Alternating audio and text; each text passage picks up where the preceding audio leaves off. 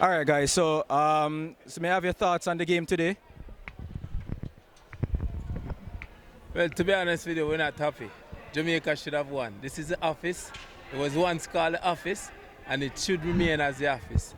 Even though this competition does start, we need to take, when you're playing at home, we need to take that seriously, yeah? All right. What were your key takeaways from this game in particular? Key takeaways.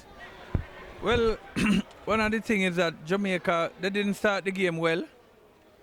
They conceded two early goals, and as a result, they had to fight back at the end to earn a draw. But overall, I'm not happy because we could have done better. All right. Is there any aspects of the game that you thought that we could have done much better that would have probably resulted in a better outcome for us?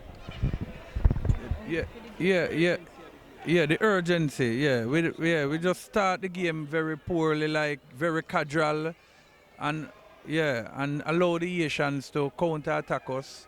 Hence, we concede 2 goals. But yeah.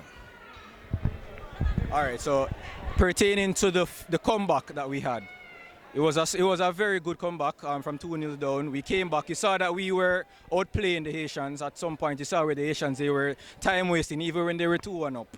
So is there any positives that you see with the team going forward that you think that they can work on? The change that I believe they made was avoiding a lot more of the back passes. I think in the second half, they start to move forward. You notice in the second half, the Haitians start to make 3 back passes they make in the second half. Jamaica start to move forward, and we need to stop this, especially in the opponent half. We need to be moving forward, not going back.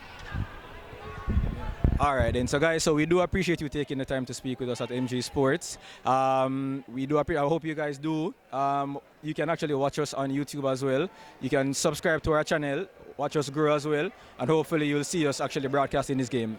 It's MG Sports TV. All right, then. So, thanks again, guys.